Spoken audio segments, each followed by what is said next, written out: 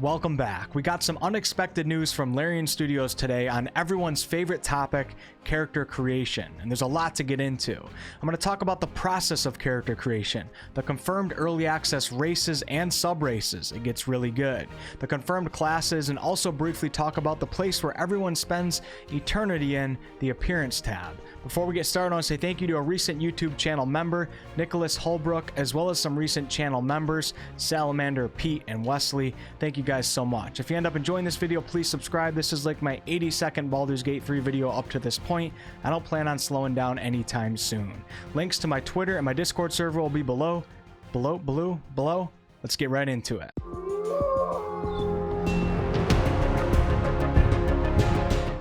Creating a character in Baldur's Gate 3 is so much more than just creating a cool looking guy who can get awesome abilities. It's, as Larian says, the beginning of your shaping of your story. Your decisions in character creation have a large rippling effect on your entire playthrough, from the way the story will play out to how you're treated by NPCs and party members alike. The world is going to be reacting not only to your physical actions and dialogue choices that you make, but also to the choices that you make in character creation. For example, the more alien-like race of the Githyanki will be treated differently in some circumstances than, say, your regular human. Player agency is huge in Baldur's Gate 3, and Larian is not holding back on the very start of your journey. Let's quickly talk about the process of character creation, and then we'll get into the confirmed races and sub-races, many of which we got to see pictures to go along with.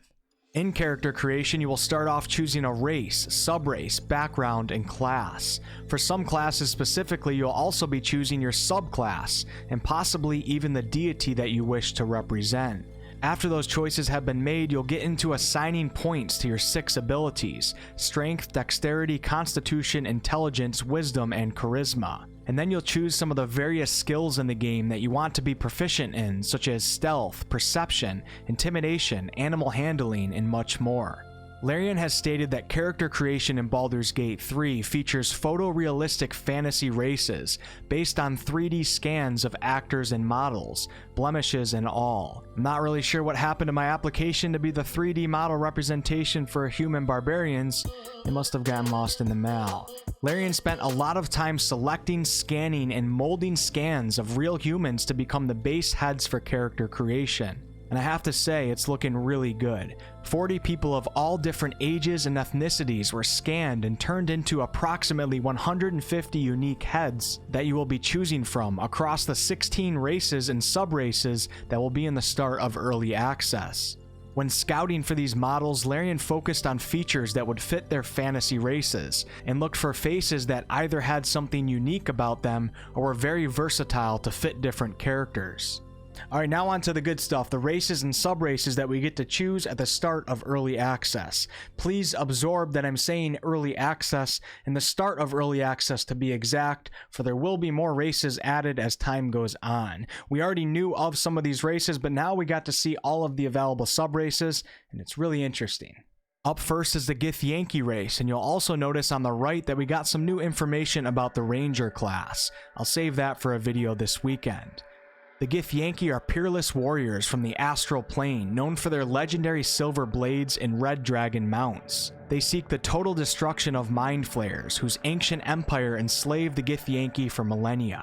Elves, of course, will be a playable race, and both sub-races have now been confirmed. You'll be choosing from either the High Elf or the Wood Elf. The High Elves are heirs of the mystical Feywild and value magic in all its forms, and even those who do not study spellcraft can manipulate the weave.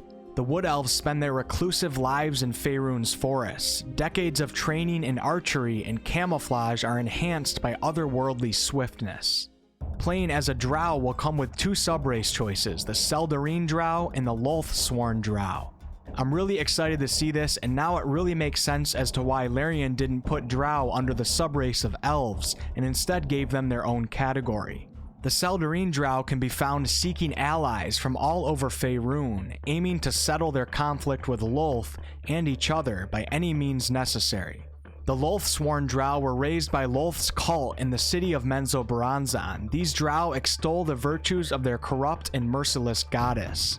Lolth marks her followers with bright red eyes, so the Underdark will learn to fear drow on sight.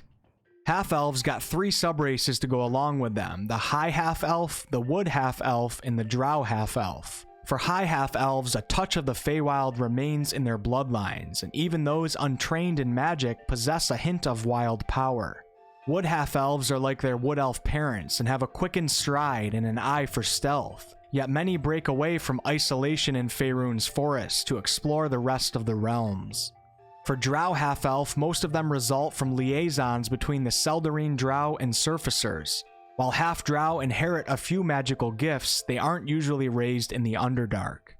Playing as the dwarf race, you'll have a choice between the gold dwarf and the shield dwarf. If you're a fan of Bruenor Battlehammer, then be a shield dwarf.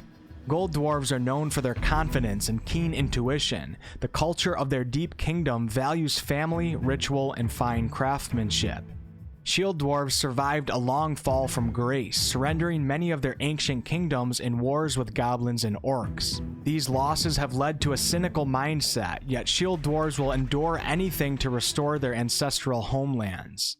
Tieflings are an interesting one, and there will be 3 subrace choices to choose from: the Asmodeus Tiefling, Mephistopheles Tiefling, and the Zariel Tiefling. Asmodeus Tieflings are bound to Nessus, the deepest layer of the 9 hells. These Tieflings inherit the ability to wield fire and darkness from the archdevil Asmodeus's infernal bloodline. Mephistopheles Tieflings descend from the archdevil Mephistopheles. These Tieflings are gifted with a particular affinity for arcane magic. Zariel Tieflings are from Zariel's bloodline and are empowered with martial strength and can channel searing flame to punish their enemies. I did an hour-long narration of the story of Descent into Avernus on this channel if you would like to learn more about Zariel and some of the prologue of events before Baldur's Gate 3. Halflings will come with a choice of the Lightfoot Halfling and the Strongheart Halfling. Lightfoot Halflings are stealthy but social, traveling all over Faerun to make names for themselves. For Strongheart Halflings, legends say dwarven blood gave them their hardiness. Resistant to poison and wellsprings of endurance, these halflings easily hold their own. And of course, humans will be a choice as well. They are the most common face to see in Faerun, and are known for their tenacity, creativity, and endless capacity for growth. They live fully in the present, making them well suited to the adventuring life, but also plan for the future, striving to leave a lasting legacy.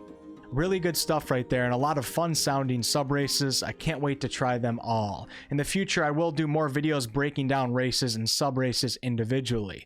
Next up, we did get a little information on the appearance tab and character creation. In this tab, the tab that we'll all spend far too much time in, you'll choose from a variety of options. Different voice options, facial features, hairstyles, colors, and of course beards.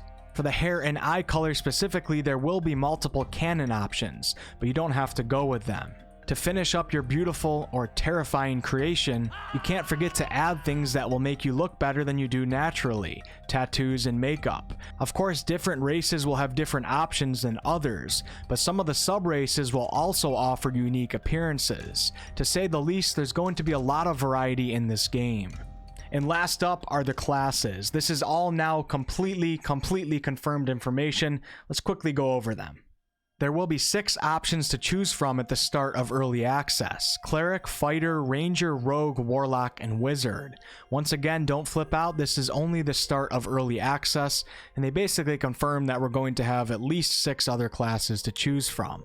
Upon choosing a class that has access to magic right away, you'll be choosing cantrips, which are spells that can be used at will and don't require the use of any resources, which are called spell slots. You'll also be choosing spells, which are more powerful and require the use of limited spell slots that you can regain from resting.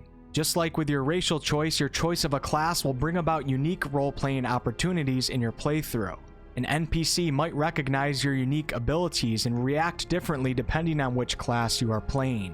Of course, as you play and level up your character, your class features will expand and you will be presented with more choices for what you want to add to your arsenal, including the choice of a feat at level 4. Feats represent talents or an area of expertise that give characters special capabilities. In D&D, if you want a feat at level 4, you have to sacrifice your ability score improvement. But the way this is worded makes it seem like everyone will possibly get a choice of a feat and also get to use their ability score improvement. I'm not really sure.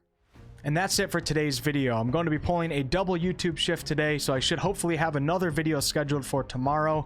If I can get it done, I think I can. Let me know your favorite races and sub-races below in the comments. Now that we got to see all this new awesome stuff, I'm really excited to see how all of this turns out. Thanks so much for watching, guys. If you guys enjoyed the video, please like, comment, and subscribe. I really appreciate it. It's a huge help to my videos. I do all sorts of content on this channel, ranging from live streams to game reviews to game tutorials to lore videos and much more. I will be live streaming early access next week, so turn on those bell notifications if you'd like to hang out for that. Until next time.